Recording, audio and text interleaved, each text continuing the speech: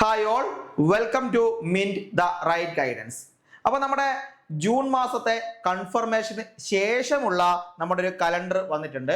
അപ്പോൾ അതിൽ CPO, WCPO അതായത് woman CPO, fire and rescue officer, driver തുടങ്ങിയ പരീക്ഷയുടെ ഡേറ്റ് നമുക്ക് വന്നിട്ടുണ്ട്. ഹോൾ ടിക്കറ്റ് വരുന്ന ഡേറ്റ് വന്നിട്ടുണ്ട്. സിലബസ് ഏതാണെന്ന് വന്നിട്ടുണ്ട്. അതുപോലെ എത്ര പേർ കൺഫർമേഷൻ നൽകി എന്ന ആ ഒരു വിവരവും നമുക്ക് ഈ ഒരു കലണ്ടർ പ്രകാരം അറിയാൻ വേണ്ടി സാധിച്ചിട്ടുണ്ട്. അപ്പോൾ ഈ ഒരു പരീക്ഷ എന്നാണെന്നും എത്ര പേരോട് നമ്മൾ മത്സരിക്കണമെന്നും അതുപോലെ എന്ന് ഹോൾ ടിക്കറ്റ് വരും, കൃത്യമായ പരീക്ഷാ തീയതിയും പരീക്ഷാ സമയവും നമുക്ക് വ്യക്തമായിട്ടൊന്ന് മനസ്സിലാക്കി വേണം പോകാൻ. കൂടെ അതിന്റെ സിലബസും എന്തൊക്കെ മാറ്റങ്ങൾ സിലബസിലുണ്ട്, എന്താണ് സിലബസിൽ കൂടുതൽ നമ്മൾ ഊന്നി പഠിക്കേണ്ടത്, ഇങ്ങനെയുള്ള കാര്യങ്ങളാണ് ഈ ഒരു വീഡിയോയിൽ നമ്മൾ ഉദ്ദേശിച്ചിട്ടുള്ളത്. അപ്പൊ നമുക്ക് ആ ഒരു രീതിയിലേക്ക് പോകാം. ഒന്നാമത് തന്നെ നമുക്ക് ഫയർ ആൻഡ് റെസ്ക്യൂ ഡ്രൈവറുമായി ബന്ധപ്പെട്ട കാര്യം നോക്കാം. ഇവിടെ നോക്കുക, രണ്ട് നോട്ടിഫിക്കേഷൻസ്, ഒന്ന് NCA വിജ്ഞാപനമുണ്ട്, മറ്റൊന്ന് ഡയറക്റ്റ് റിക്രൂട്ട്മെന്റും. NCA എന്ന് പറയുമ്പോൾ 429/2025 ആണ്. ഫയർ ആൻഡ് റെസ്ക്യൂ സർവീസസിലേക്ക് ഇത് സ്റ്റേറ്റ് വൈഡ് ആണ്. അതുപോലെ തന്നെ 552/2025 429/2025 552/2025 fire and rescue officer driver trainee ആണ്. ഒന്ന് ഡയറക്റ്റും മറ്റൊന്ന് NCAയുമാണ്. ഓക്കെ, ഇനി ഇതിന്റെ പരീക്ഷ എന്നാണ് എന്ന് ചോദിച്ചാൽ 17/6/2026 അതായത് ജൂൺ മാസം 17-ാം തീയതിയാണ് ഈ ഒരു പരീക്ഷ നടക്കാൻ വേണ്ടി പോകുന്നത്. സമയം നോക്കുക, 7 മണി മുതൽ 8:50 വരെ, രാവിലെ 7 മണി മുതൽ 8:50 വരെയാണ്. ബുധനാഴ്ചയാണ് പരീക്ഷ. അപ്പൊ 1.5 മണിക്കൂറാണ് പരീക്ഷാ സമയം എന്ന് പറയുന്നത്. 1.5 മണിക്കൂർ. 7 മണിക്ക് ഹാളിൽ നിങ്ങൾ കൃത്യമായി ഹാജരാകുക.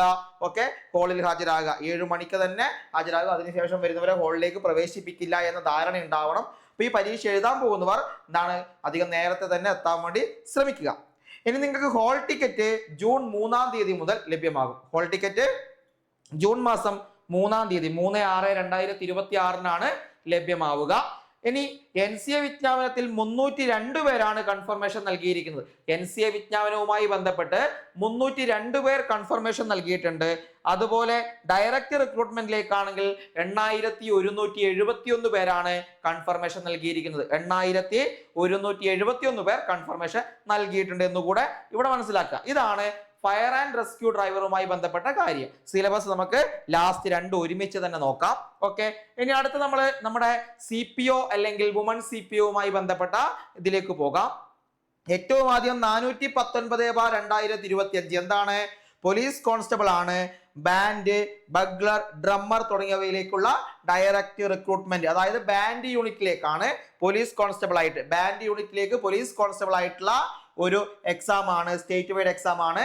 419/2025 പരീക്ഷ നടക്കുന്നത് ജൂൺ മാസം 20-ാം തീയതിയാണ്. ജൂൺ മാസം 20-ാം തീയതിയാണ് പരീക്ഷ. എല്ലാ പോലീസ് കോൺസ്റ്റബിളിന്റെ പരീക്ഷയും ഈ പറയുന്ന ജൂൺ മാസം 20-ാം തീയതിയാണ് നടക്കുന്നത്. ജൂൺ മാസം 20-ാം തീയതിയാണ് എന്ന് മനസ്സിലാക്കുക. 20/6/2026 ശനിയാഴ്ചയാണ്. 1:30 മുതൽ 3:20 വരെയാണ് പരീക്ഷ. 1:30 മുതൽ 3:20 വരെ.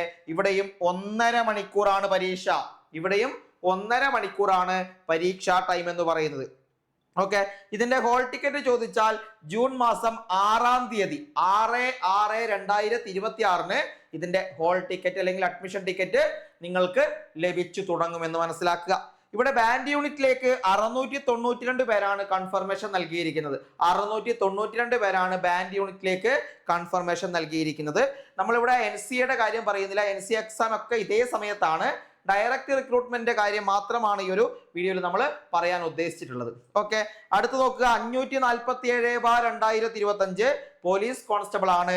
നമ്മുടെ മൗണ്ടഡ് പോലീസിലേക്കാണ്, അതായത് ഫാരിയർ ആയിട്ട് നമ്മളെ അശ്വാരൂഢ സേനയൊക്കെ ഇല്ലേ, അതിലേക്ക് മൗണ്ടഡ് പോലീസിലേക്കാണ് ഡയറക്റ്റ് റിക്രൂട്ട്മെന്റ്. സ്റ്റേറ്റ് വൈഡ് ആണ് കേരള പോലീസിലേക്ക്. ഇതിന്റെ എക്സാം ജൂൺ മാസം 20-ാം തീയതി ഉച്ചക്ക് 1:30 മുതൽ 3:20 വരെ തന്നെ. 6/6/2026 ഹോൾ ടിക്കറ്റ് ലഭിക്കും. 1.5 മണിക്കൂറാണ് പരീക്ഷ. ആകെ കൺഫർമേഷൻ നൽകിയവർ 920 ആണ്.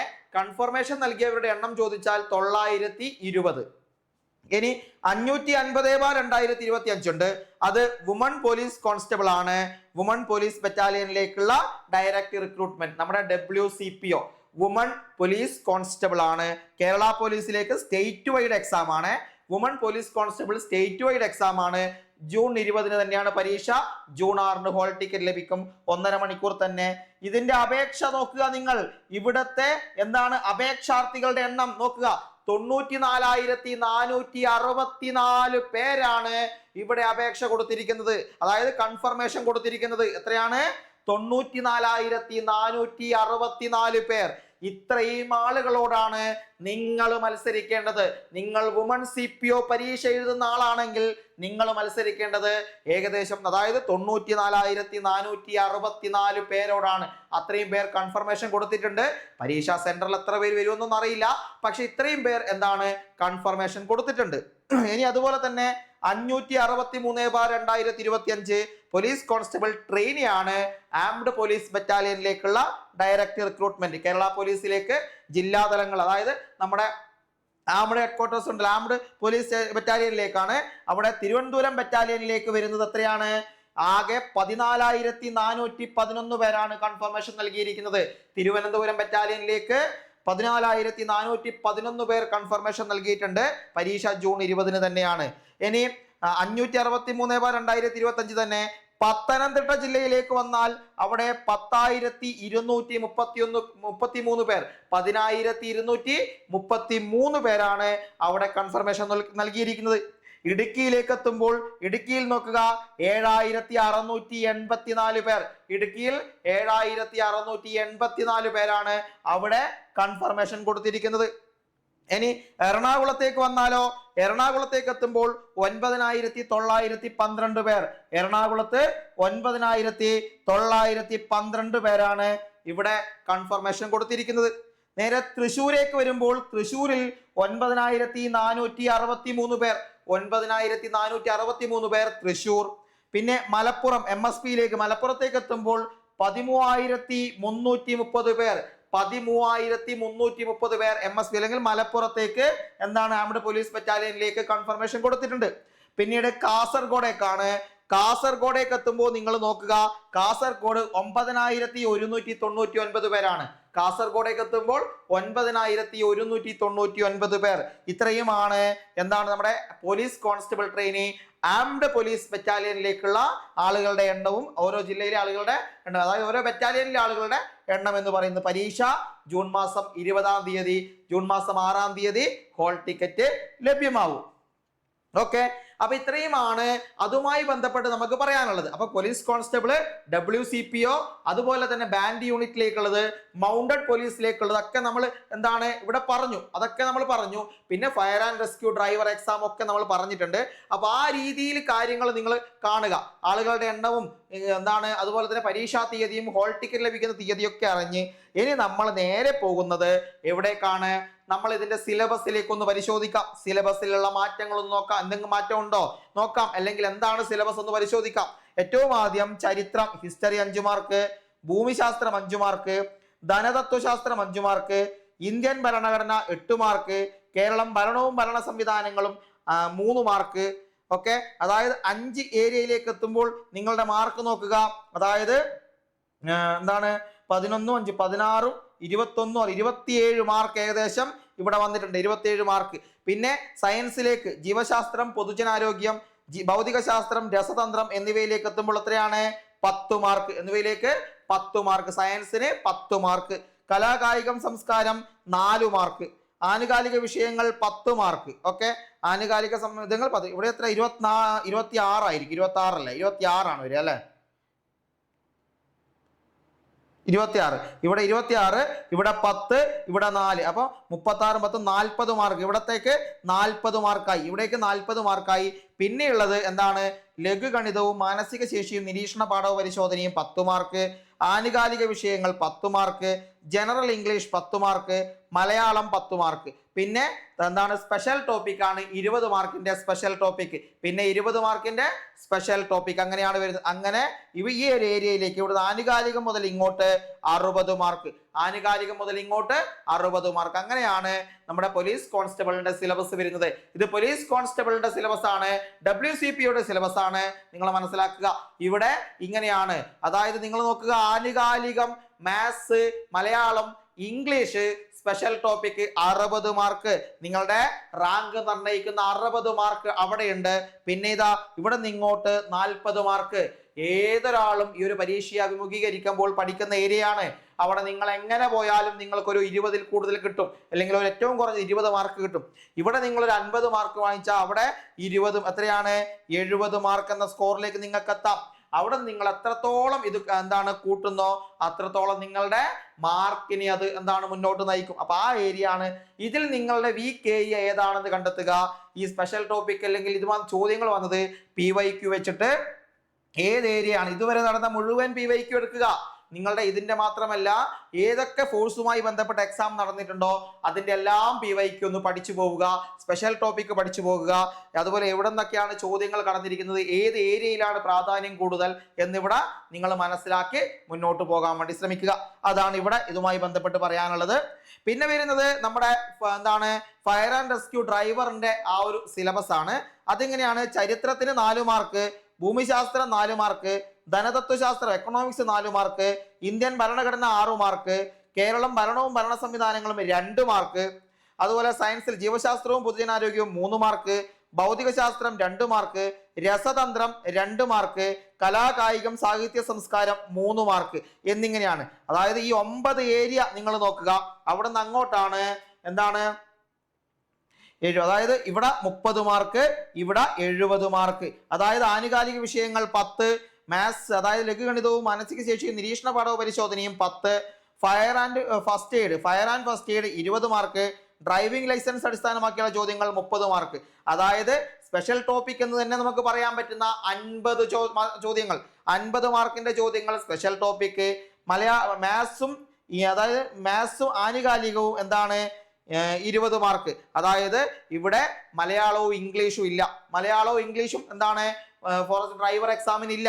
അപ്പോൾ മാത്സിന്റെ 10 മാർക്ക്, കറണ്ട് അഫയേഴ്സ് 10 മാർക്ക്, പിന്നെ fire and first aid 20 mark, അതുപോലെ ഡ്രൈവിംഗ് ലൈസൻസ് അടിസ്ഥാനമാക്കിയുള്ള ചോദ്യങ്ങൾ 30 മാർക്ക്. ഇങ്ങനെയാണ് 100 മാർക്കിന്റെ പരീക്ഷ വരുന്നത്. അതായത് 30 മാർക്ക് GKയും സയൻസും കൂടി 30 മാർക്ക്, 70 മാർക്ക്. ഇവിടെ 50 mark special topic, 10 mark maths and mental ability, 10 mark current affairs എന്നിങ്ങനെയാണെന്ന് മനസ്സിലായി. ഇതിൽ നിങ്ങൾ PYQ തന്നെ ഒരുപാട് PYQ ഡ്രൈവിംഗ് ടെസ്റ്റുമായി വന്നിട്ടുണ്ട്. ആ കാര്യങ്ങളെ കൃത്യമായി മനസ്സിലാക്കുക. മുൻവർഷങ്ങളിൽ നടന്ന ഈ ഒരു ഡ്രൈവർ പരീക്ഷയുടെ ക്വസ്റ്റ്യൻ പേപ്പർ എടുത്ത് പരിശോധിച്ച് നോക്കുക. നിങ്ങൾക്ക് 74-ന് മുകളിലൊക്കെയാണ് ഇവിടെ കട്ട് ഓഫ് പലപ്പോഴും വന്നിട്ടുള്ളത്. 74-ന് മുകളിലാണ് കട്ട് ഓഫ് വന്നിട്ടുള്ളത്.